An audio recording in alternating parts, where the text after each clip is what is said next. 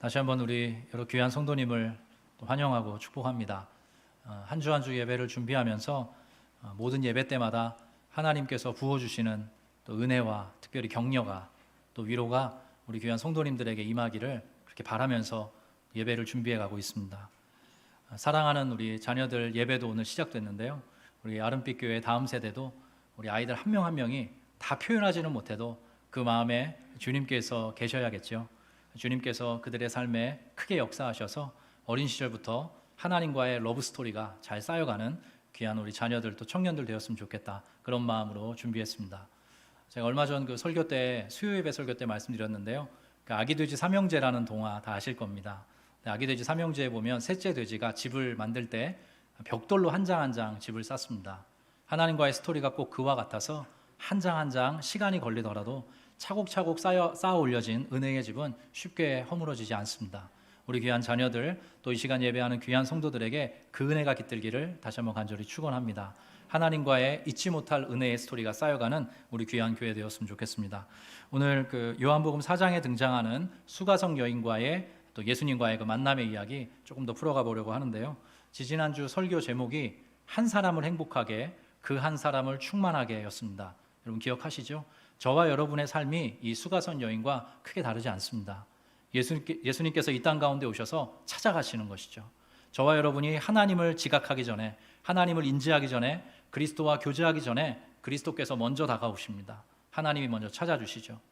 여러분, 이 사건이 어디에서 있었다고 제가 말씀드렸죠? 우물가죠, 우물가. 근데 그 우물가가 성경 전체에서 어떤 사건이 일어나는 공간이라 말씀드렸죠? 네, 배우자를 찾는 곳입니다. 결혼 상대자를 찾는 곳이에요. 그래서 예수님께서 어떤 의도와 목적을, 우리가 다 이해할 수 없는 의도와 목적과 꿈을 가지시고 그곳까지 찾아가신 것입니다. 그래서 진정한 남편을 아직 만나지 못한 그 수가성 여인에게 진정한 남편 되어주시는 것입니다. 성경은 처음부터 끝까지 우리를 하나님의 자녀, 하나님의 백성으로 삼으시고 또 한편 우리를 그리스도의 신부로 만들어내시는 그런 하나님의 아름다운 사랑의 스토리가 담겨 있습니다. 저와 여러분이 그 자리로 부름받았어요. 그래서 남녀노소를 막론하고 우리 모든 성도들을 성경에서는 그리스도의 신부다 이렇게 일러줍니다. 우리 옆에 앉아 계신 부부들도 많으실 텐데, 당신은 그리스도의 신부입니다. 이렇게 한번 인사하겠습니다. 당신은 그리스도의 신부입니다. 네, 정말 그렇습니다. 저와 여러분 한 사람 한 사람은 하나님의 신부입니다. 그래서 요한계시록 끝에 보면 어린 양의 혼인잔치, 예수 그리스도와 우리 교회 공동체의 혼인잔치로 이 성경이 대단원의 막을 내리는 건 우연이 아닙니다. 구약 성경에 제가 정말 사랑하는 말씀이 호세아와 고멜의 이야기입니다. 그들은 혼인관계가 유효할 수 없었습니다. 고멜이 혼인관계를 파괴하고도 남을 만한 그런 행동을 했기 때문입니다. 근데 그 혼인관계가 놀랍게도 유지됩니다. 어떻게 유지되냐 하면 하나님께서 호세아에게 사랑을 불어넣어 주시죠. 다시 가서 돈을 주고 값을 치르고 그 여인을 사와라.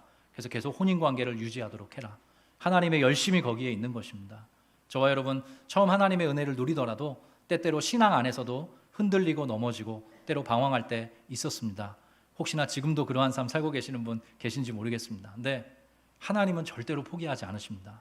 끝까지 저와 여러분에게 한 번 시작하신 예수 그리스도의 십자가를 걸고 시작하신 그 일 절대로 폐기치 않으시고 끝까지 우리를 그리스도의 신부답게 만들어 가실 것입니다.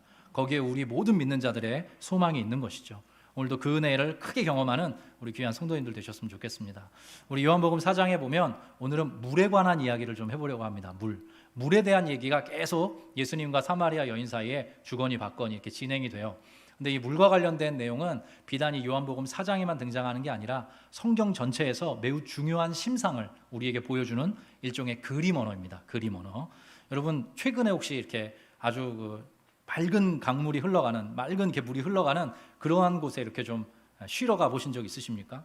우리가 그 공간만, 그런 장소만 생각만 해봐도 우리의 마음이 무척 이렇게 좀 편안해지고 행복해지고 뭔가 활력을 되찾는 것 우리가 느끼게 되지 않습니까? 근데 성경은 놀랍게도 성경의 처음과 성경의 끝이 강에 대한, 물에 대한 이야기로 채워져 있습니다. 그 말씀을 한번 보면 좋겠는데요. 창세기 2장 말씀입니다. 우리 같이 한 목소리로 읽겠습니다. 시작.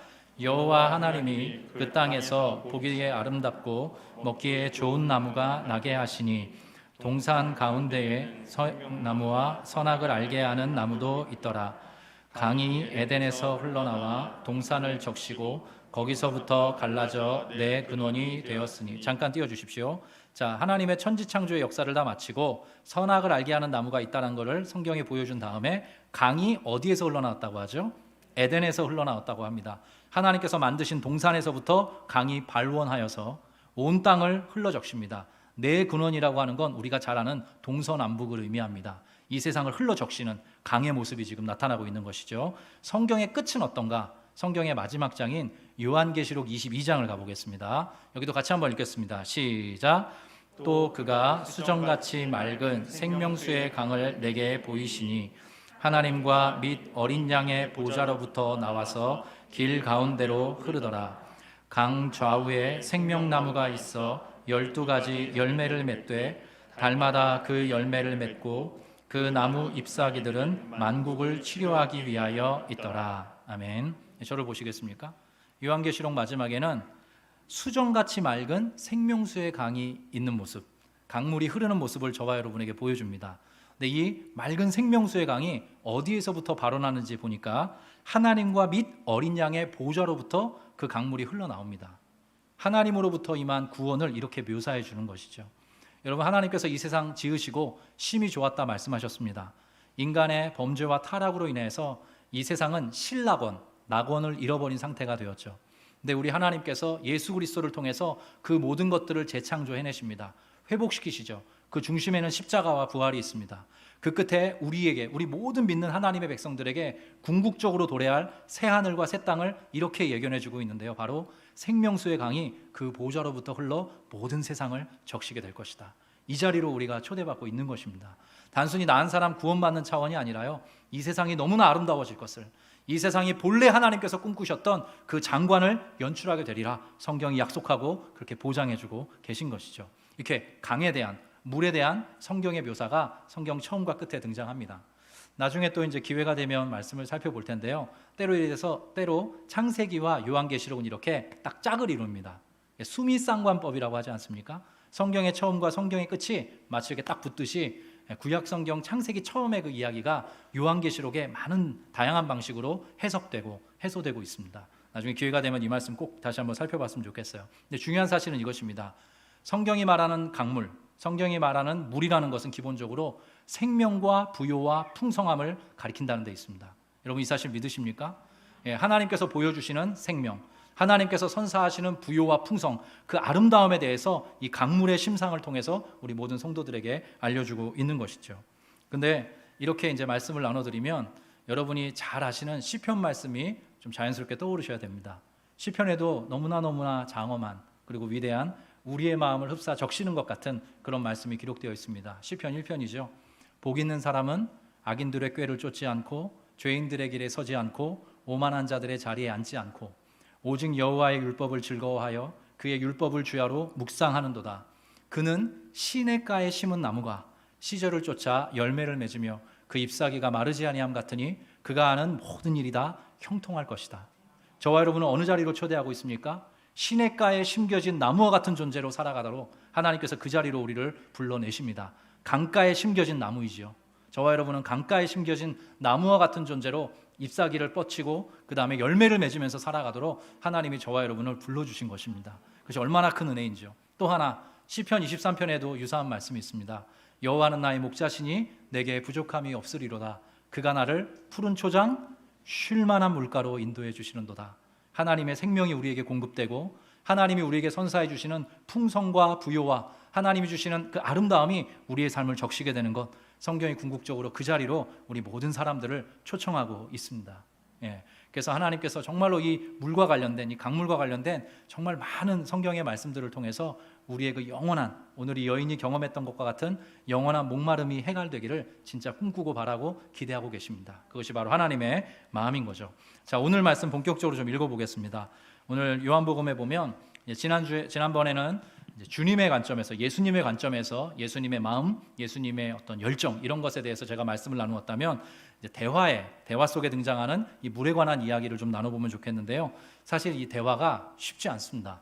대화가 어긋나요. 대화가 계속 어긋나는데 그 장면을 한번 보겠습니다. 요한복음 4장 7절부터인데요. 제가 읽을 테니까 눈으로 따라와 주십시오. 사마리아 여자 한 사람이 물을 기르러 왔음에 예수께서 물을 좀 달라 하시니, 예수님이 말을 건네시죠. 이는 제자들이 먹을 것을 사러 그 동네에 들어갔음이로라. 자, 주변에 누가 있었어요, 없었어요? 네, 아무도 없었어요. 예수님과 그 여인 둘만 남은 거죠. 저를 잠깐 보시겠습니까? 자막은 띄워주시고. 제가 원래는 설교를 준비하다가 이 대목을 빼먹었는데요. 덜컥 이 자리에 딱 걸리게 됐습니다. 여러분 가만히 살펴보십시오. 저와 여러분의 삶에 하나님께서 특별히 역사하시고 특별히 하나님께서 찾아오실 때는 주변의 모든 것들을 다 물리치십니다. 사극에 보면 임금이 중요한 한 사람을 딱 만날 때 독대하지 않습니까? 신하들에게 잠깐 물러가거라 합니다. 그래서 그 한 사람과 아주 중요한 이야기를 건네요. 주고받죠. 저는 이 그냥 설명조로 쓰여져 있는 이 말씀에서 놀라운 신적인 섭리를 깨닫게 되었습니다. 저나 여러분 한 사람 한 사람 마찬가지입니다. 그때는 사실 부부도 남편도 아내도 별로 쓸모가 없을 수 있습니다. 그 모든 것들을 다 하나님께서 지원하시고 하나님과 여러분 한 사람 한 사람이 독대하기를 원하십니다. 그것은 사람들은 우연이라고 말하지만 우리 모든, 그래서 하나님을 뜨겁게 다시 한번 만나게 된 사람들은 하나님이 선사하신 특별한 섭리였다라고 이야기를 해요. 그래서 우리 주변에 때로 사람이 자취를 감추는 것 같아 보여도, 우리가 붙들고 있던 상황과 환경이 우리가 원하는 방식대로 유지되지 않는다고 하여도 너무너무 괴로워하시지는 않으셨으면 좋겠습니다. 어떻게 보면 하나님이 곧 여러분께 말을 거시는 그런 때가 올 것이기 때문입니다. 여러분 이 사실 기억하시면 좋겠어요. 자, 대화가 이어집니다. 사마리아 여자가 이르되 당신은 유대인으로서 어찌하여 사마리아 여자인 나에게 물을 달라 하나이까 하니, 역시 설명조지만 상당히 심드렁한 표현입니다. 시니컬하게 반응을 한 거죠. 이는 왜 그런가 하면 유대인이 사마리아인과 상종하지 아니함이로라. 그 당시 이제 유대인들에게 사마리아인들은 개 돼지 취급받는, 그러니까 인간만 못한 되게 저열한 취급을 받는 그런 상황이었어요. 근데 예수님께서 이렇게 대답하여 이르십니다. 여기는 같이 한번 읽어보겠습니다. 시작.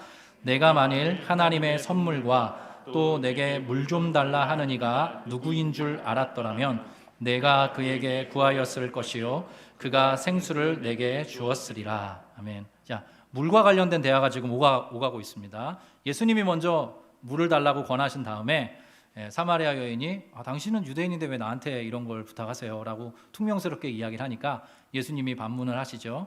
네가 하나님의 선물이 무엇인지, 또 너에게 물을 좀 달라 하느니가 누구인지를 알았더라면 네가 나에게 구하였을 것이다. 예수님이 지금 그렇게 말씀하고 있습니다.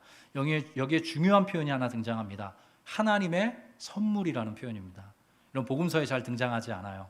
근데 이 선물이라는 말이 헬라어로 그리스말로 도레아라고 읽습니다. 도레아. 근데 이게 어떤 것을 상징하는지 성경 스스로 풀어줍니다. 사도행전 2장 38절인데요. 같이 한번 읽어보겠습니다. 시작. 베드로가 이르되 너희가 회개하여 각각 예수 그리스도의 이름으로 세례를 받고 죄사함을 받으라. 그리하면 성령의 선물을 받으리니. 자, 여기 보면 성령의 선물을 받을 것이다. 예수께서 부활 승천하신 후에 이제 이런 놀라운 다락방 강화 이후에 성령의 강림이 있을 때 이제 사도 베드로가 이렇게 설교를 하게 된 건데요.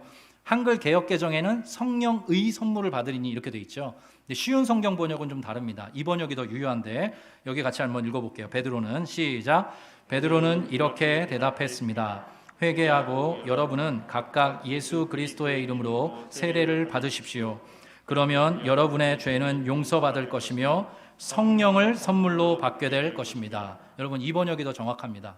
저와 여러분에게 임하는 하나님의 선물은, 가장 결정적인 선물은 무엇입니까? 그것은 바로 성령님이십니다. 여러분 이 사실 믿으십니까? 그러니까 저와 여러분의 삶에 하나님께서 꼭 주고 싶은 선물이 하나 있으세요. 모든 하나님의 백성들에게, 모든 인류에게. 그것은 바로 하나님의 영, 아버지의 영이시면서 동시에 아들의 영, 예수의 영이신 성령님이십니다. 우리가 마땅히 구해야 될 것은 그래서 이 성령을 선물로 나에게 주십시오. 이 성령에 이끌려 성령에 충만하게 내가 살아가기를 원합니다. 어쩌면 이 기도여야 할 것입니다. 그리고 또 하나, 이제 예수님께서 하나님의 선물이 무엇인지, 여자의 관심이 거기에 없기 때문이죠. 또 하나 무슨 말씀을 하시냐면 내게 물을 좀 달라 하느니가 누구인 줄 알았더라면 네가 그에게 구하였을 것이요 그가 생수를 너에게 주었을 것이다. 이렇게 말씀하시거든요. 이 생수라는 말이 좀 흥미롭습니다. 이 생수라는 말 한번 따라하면 좋겠는데요. 살아있는 물. 생수라는 말의 원래 사전적 언어적 의미는 살아있는 물이란 뜻입니다. 여러분 물이 살아 있습니까? 뭔 질문이지? 이런 분위기인데, 여러분 이 당시에 살아있는 물, 생수라는 말은요 움직이는 물이란 뜻입니다. 흐르는 물이라는 뜻이에요. 강물과 같이, 시냇물과 같이 흘러 움직여가는 물을 살아있는 물이다 이렇게 이야기를 한 거예요. 근데 이때 흥미로운 것은 여기가 우물가입니다. 자, 우물물 흘러갑니까? 흘러가지 않습니까? 안 흘러갑니다. 우물가는 고여있는 물을 이야기합니다. 인공적으로 만든 물입니다. 예수님께서 이 대비를 지금 나타내주고 계신 것이죠. 인간의 노력, 인간의 애씀, 인간의 수고가 들어간 우물물을 깃기 위해서 여성은 나왔습니다. 근데 예수님께서 뭐라 말씀하시냐면 성경이 그렇게 약속하고 보장하듯이 흘러가는 물, 살아있는 물, 생명의 물을 내가 너에게 줄 것이다. 예수님께서 지금 그렇게 이야기하고 계신 것이죠. 근데 여전히 이 여인이 이 예수님의 말씀, 우리도 사실 쉽지 않은데 이 당시에 이 수가성이라는 지역에 대해서 학자들이 연구를 했는데요. 놀랍게도 이 수가성에는 시내가 없었다고 합니다. 그래서 이렇게 우물물을 파서 다들 이제 생명을 이렇게 유지했다라고 해요. 그래서 이 여인도 나중에 보면 야곱이 이 우물을 우리에게 주어서 우리가 마시고 우리의 자손들도 마시고 짐승들까지 마셨다 이런 말을 하거든요. 자, 그럼 흘러가는 물이 전혀 없는 곳에 예수님께서 딱 오셔서 그 우물가 곁에서 흘러가는 물, 움직이는 물, 생수를 너에게 주겠다 이렇게 말씀하시니까 이 여인의 그 뭐라 그럴까 컨셉 안에서 생각 안에서는 이 예수님의 말을 선뜻 받아들일 수가 없었던 것이죠. 그래서 이렇게 반응합니다. 요한복음 4장 11절부터인데요. 제가 읽을 테니까 눈으로 따라와 주십시오. 여자가 이르되 여전히 퉁명스럽습니다. 주여 물기를 그릇도 없고 이 우물은 깊은데 어디서 당신이 그 생수를 얻겠사옵나이까. 아주 존중하는 듯 쓰여 있지만 약간은 이렇게 돌려까기 하는 거예요. 소위 은어로. 우리 조상 야곱이 이 우물을 우리에게 주셨고 또 여기서 자기와 자기 아들들과 짐승이 다 마셨는데 당신이 야곱보다 더 크니까 이렇게 물어요. 저를 잠깐 보실까요? 자, 누구의 이야기가 나오죠? 야곱의 이야기가 나옵니다. 여기가 흥미롭습니다. 자, 야곱은 무엇이냐? 야곱이라는 사람을 왜 꺼냈냐면요. 여러분 사마리아는 지난 제가 설교 때 말씀드렸던 것처럼 북이스라엘 왕국의 수도였어요. 그러니까 이스라엘이 12개 지파였는데 10개의 지파가 모여서 북이스라엘 왕국을 만들었고 2개 지파가 모여서 남유대 왕국을 만들었습니다. 근데 사마리아는 북이스라엘 왕국의 수도였고 722년에 남왕국보다 먼저 멸망하게 됩니다.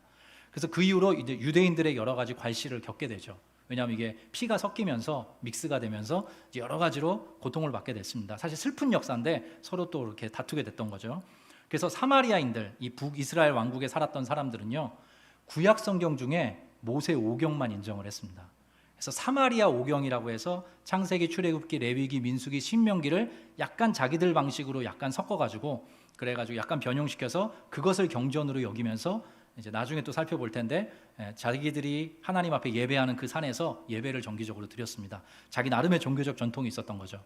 이 여인과 예수님의 접점이 무엇이냐면 야곱입니다. 왜냐하면 그 지역은 야곱의 우물이 있었기 때문이에요. 그래서 여인이 이렇게 건네는 겁니다.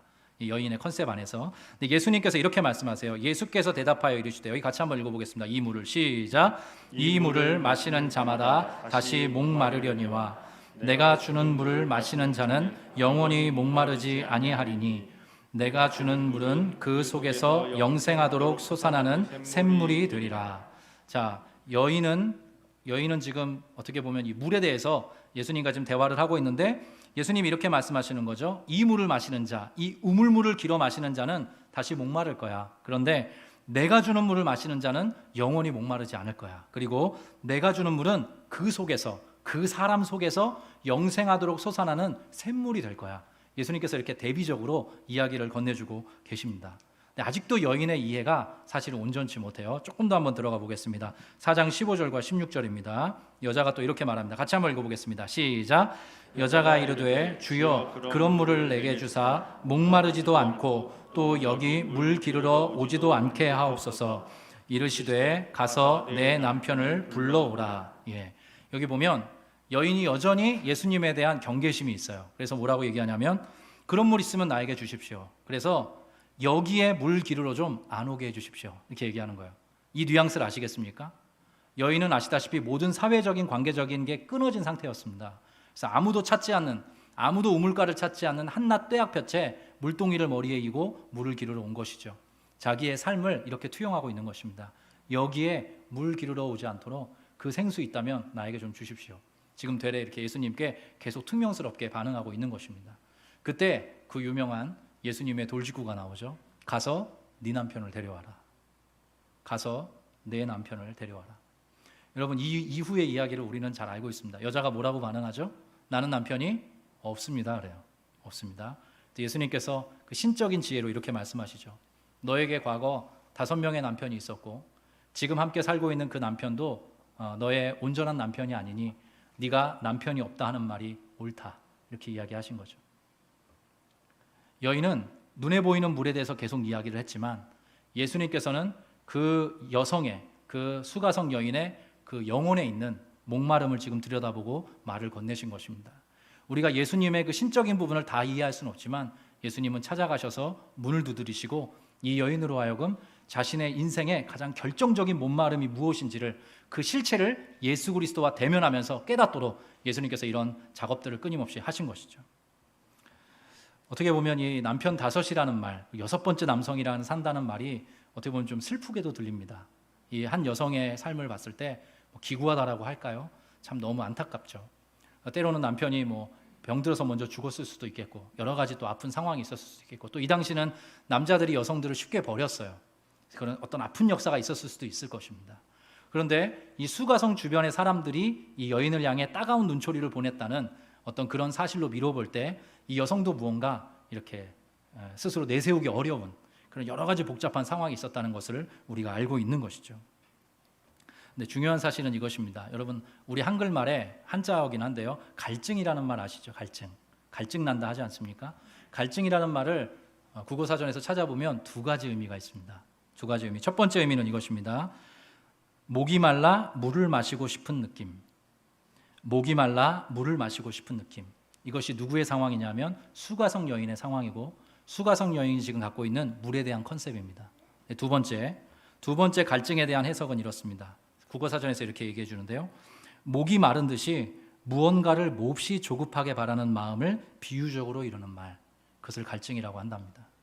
자, 갈증은 우리가 흔히 신체적으로 경험하는 목마름에 대한 이야기이기도 하지만 우리 인간 본질에 대한 이야기입니다. 저와 여러분 모두는 갈증을 가지고 살아갑니다. 갈증이 있죠. 목이 마른 듯이 무언가를 몹시 조급하게 바라는 마음, 그것을 갈증이다. 그렇게 이야기를 해줍니다. 이 여인에게는 그 5 남편 그리고 6번째 남편이 그 갈증, 그 2번째 갈증을 해결해 줄 것만 같은 해결책으로 자리하고 있었는지 모릅니다.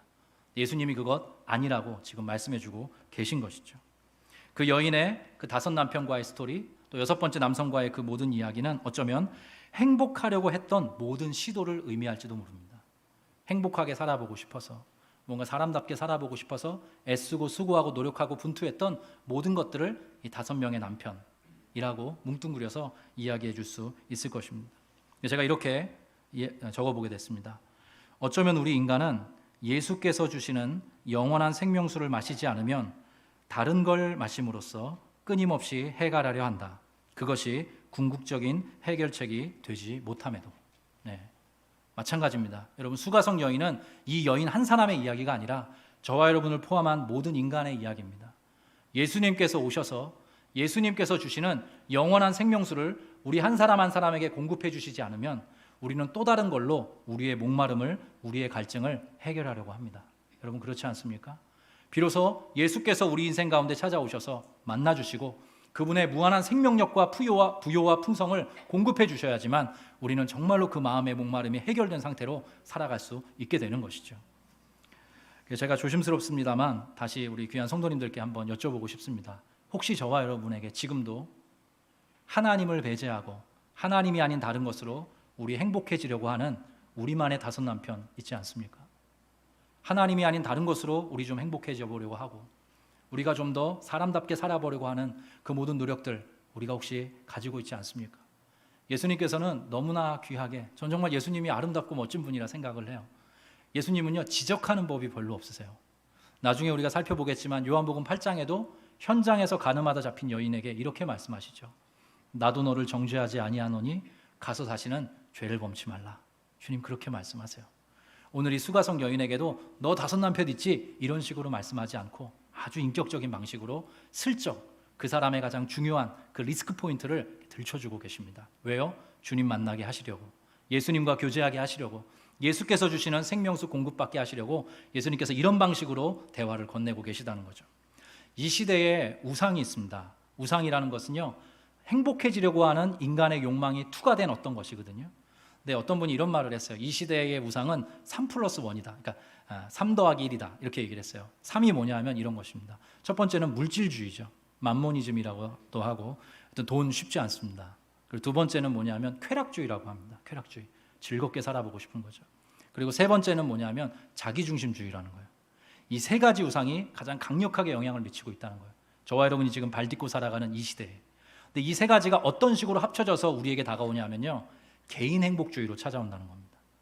그 세 가지가 합쳐져서 저와 여러분은 어떤 식으로 이끌어가냐 하면 너 스스로 너의 힘으로 네가 원하는 방식으로 살아서 행복해지렴, 이렇게 끊임없이 우리에게 속삭인다는 거예요. 이 여인의 이 안타까운 삶의 모습과 같이 어쩌면 저와 여러분은 예수가 아닌 다른 것, 하나님이 아닌 다른 것들로 우리의 인생을 행복하게 만들려고 하는 그런 노력을 해가는 게 아닌지 다시 한번 이 말씀 앞에 정직하게 돌아봐야 할 것입니다. 파스칼이라는 팡세라는 그 책을 쓴 파스칼이라는 분이 유명한 말을 했죠. 이런 말입니다. 모든 인간의 마음에는 하나님만이 채울 수 있는 커다란 구덩이가 있다 그랬습니다. 저와 여러분을 비롯한 모든 영혼의 마음에는 하나님께서만이 진짜 채울 수 있는, 그래서 행복하게 만들 수 있고 충만하게 만들 수 있는 그 커다란 구덩이가 있다, 구멍이 있다. 근데 우리 모든 인간들은 이 여인이 그러했던 것처럼 또 다른 5 남편으로 우리의 삶을 채워가고 있다는 거죠. 어거스틴이라는 사람은 이런 말을 했습니다. 우리가 하나님 안에서 안식을 찾기까지 우리는 결코 평안할 수 없습니다 라는 말을 했어요. 하나님 안에서 안식할 때까지, 하나님 안에서 그 생명수가 우리에게 공급되기 전까지 우리는 평안을 경험할 수 없습니다. 그렇게 이야기를 했습니다. 말씀 한 절 읽어보면 좋겠습니다. 구약 성경에 하나님의 아픈 마음이 이렇게 등장하고 있는데요, 예레미야 2장 13절입니다. 같이 한번 읽어보겠습니다. 시작. 내 백성이 2 가지 악을 행하였나니 곧 그들이 생명의 근원되는 나를 버린 것과 스스로 웅덩이를 판 것인데 그것은 그 물을 가두지 못할 터진 웅덩이들이니라. 아멘하기가 두려운 말씀입니다. 내 백성이 2 가지 악을 행하였다. 그것은 첫 번째, 그들이 생수의 근원되는 영원한 강물의 원천 되시는 나를 버린 것, 하나님을 버린 것이다. 두 번째, 그렇게 되면 반드시 필수적으로 부수적으로 따라오는 효과가 있는데 그들 스스로 웅덩이를 파게 된다는 것입니다. 그들 스스로 그 해갈을 경험하려고, 갈증을 정말로 이겨내려고 무언가 또 다른 것들을 붙들게 된다. 그것이 모든 인간들의 형편이고 처지이다. 주님께서 이렇게 아프게 말씀하십니다. 근데 저는 이 말씀에 가장 크게 보였던 단어가 바로 이것입니다. 내 백성이, 내 백성이입니다. 내 백성이 나를 버렸다. 내 백성이 나를 떠나서 스스로의 힘으로 웅덩이를 파고 있다. 근데 그 웅덩이는 생명수를 보관할 수 있는, 생명수를 담아낼 수 있는 그런 웅덩이가 아니라 터진 웅덩이일 뿐이다. 주님께서 내 백성들에게 이렇게 말씀을 건네고 계십니다. 이것이 바로 저와 여러분을 향한 하나님의 마음인 거죠. 자, 어떻게 이 사마리아 여인과의 이야기가 이어지는지 한 번 더 살펴보면 좋겠는데요, 4장 14절 말씀입니다. 여기만 한 번 더 읽어볼게요. 내가 주는 물을, 시작. 내가 주는 물을 마시는 자는 영원히 목마르지 아니하리니 내가 주는 물은 그 속에서 영생하도록 솟아나는 샘물이 되리라. 여러분, 강조적으로 2번 반복돼서 어떤 단어가 표현되고 있죠? 내가 주는 물입니다. 여러분, 내가 주는 물. 근데 이거는 설명조가 아니에요. 이렇게 부연해 드릴 수 있습니다. 내가 주고자 하는 물, 내가 정말 너에게 주고 싶은 물이 있다. 내가 너에게 정말로 결정적으로 건네주어서 너의 마음과 너의 영혼이 적셔지기 원하는 그 정말 생명수가 있다. 예수님의 그 마음으로 이렇게 말씀하신 것입니다. 그 물을 마시는 자는 영원히 목마르지 않을 것이고, 내가 주려고 하는 물, 내가 정말 건네주고 싶은 이 물을 마시는 자는 그 속에서 영생하도록 솟아나는 샘물이 될 것이다. 예수님께서 이렇게 말씀을 전해주고 계신 것이죠. 자, 여기까지 이끌어 왔습니다. 근데 그럼 중요한 건, 그럼 예수님이 주고자 하는 이 물의 정체가 무엇이냐는 거죠. 예수님이 주겠다, 영원히 목마르지 않을 거고 네 속에서 넘쳐나는 샘물이 될 것이다. 예수님께서 말씀하신 이 생명수, 내가 주는 물이 어떤 의미를 담고 있는지 요한복음 자체에서 이렇게 해석해주고 있습니다. 요한복음 7장 말씀인데요, 같이 한번 읽어보겠습니다. 시작. 명절 끝날 곧 큰 날에 예수께서 서서 외쳐 이르시되 누구든지 목마르거든 내게로 와서 마시라. 나를 믿는 자는 성경의 이름과 같이 그 배에서 생수의 강이 흘러나오리라 하시니 이는 그를 믿는 자들이 받을 성령을 가리켜 말씀하신 것이라. 아멘. 거기까지만 읽어도 충분합니다. 여러분, 예수님께서 진짜 주고자 하셨던 것이 무엇입니까? 성령입니다. 하나님의 선물도 성령이고, 내가 정말 너에게 주고자 하는 정말로 아름답고 보배롭고 정말 사람을 살아가게 만드는 그 생명수가 있는데 그것도 성령이다. 그렇게 예수님께서 알려주고 계신 것이죠. 여러분, 저를 보시겠습니까?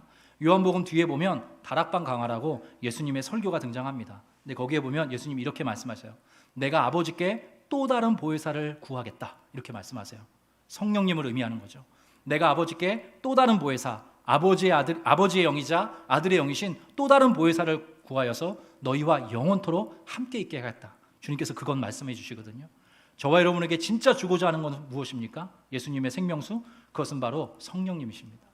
그러니까 저와 여러분을 충만하게 하는 것, 저와 여러분을 진정한 회복으로 이끌어주는 것, 저와 여러분이 진짜 사람다운 사람으로 살아가도록 만들어주는 그 힘, 어디에서 오는가? 성령께서 우리의 마음에 임하여 주실 때, 성령께서 우리의 삶에 충만하게 찾아와 주실 때, 그럴 때 우리는 비로소 시편 23편에 나와 있는 그 말씀과 같이, 또 시편 1편의 그 복 있는 사람의 모습과 같이 우리가 살아갈 수 있게 되는 것입니다.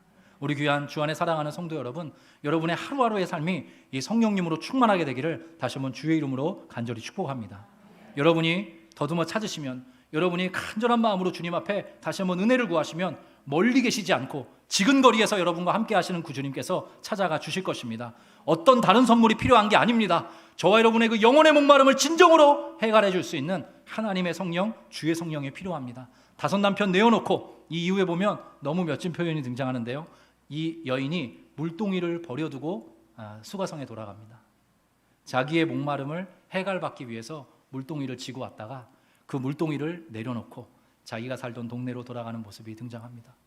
저와 여러분에게도 5 남편을 내려놓고 우리 스스로 우리의 목마름을 해결하려고 했던 그 모든 노력들을 내려놓고 이 주님과 더불어 충만한 교제를 누릴 수 있어야 할 것입니다. 하나님께서 그 자리로 우리를 초대하시는 것이죠. 근데 이것은 매우 오래전부터 모든 하나님의 백성들에게 요구되었던 초청이었습니다. 우리 이사야서 말씀을 한번 읽어보겠습니다. 이사야 55장 1절 유명한 말씀인데요, 같이 힘주어 읽겠습니다. 시작. 오라 너희 모든 목마른 자들아 물로 나아오라. 돈 없는 자도 오라. 너희는 와서 사 먹되 돈 없이 값없이 와서 포도주와 젖을 사라. 너희가 어찌하여 양식이 아닌 것을 위하여 은을 달아주며 배부르게 하지 못할 것을 위하여 수고하느냐. 내게 듣고 들을지어다. 그리하면 너희가 좋은 것을 먹을 것이며 너희 자신들이 기름진 것으로 즐거움을 얻으리라. 너희는 귀를 기울이고 내게로 나와 들으라. 그리하면 너희의 영혼이 살리라. 내가 너희를 위하여 영원한 언약을 맺으리니 곧 다윗에게 허락한 확실한 은혜이니라. 아멘. 저와 여러분이 이 자리에 있습니다. 여러분 이 사실 믿으십니까? 저와 여러분의 그 모든 인간적인 노력과 수고를 뚫어내시고 예수께서 찾아오셔서 지금 성령으로 충만한 삶, 정말로 우리의 목마름 다시 없도록 부어주시는 생명수로 충만한 삶 살아가기를 요청하고 계십니다. 얼마나 인격적이고 얼마나 아름답고 얼마나 멋지고 얼마나 귀한 분인지 모릅니다. 저는 여러분 한 사람 한 사람의 형편과 처지를 다 알지는 못합니다. 그러나 저의 지난 날 제가 하나님보다 더 즐거워하는 것들이 참 많았습니다. 지금도 그때를 생각하면 하나님 앞에 번뜩번뜩 참 죄송스러울 때가 있어요. 밤에 잠자기 전에 하나님 제가 이렇게 살면 안 되는데요 라고 고백하면서 침대에 머리를 막 박았던 기억도 있습니다. 제 5 남편을 끊지 못했기 때문입니다. 우리 귀한 성도님들 다시 한번 주님의 이 초청 앞에 반응하시는 은혜가 있기를 간절히 축복합니다. 얘들아 이 말을 꼭 들어야 된다.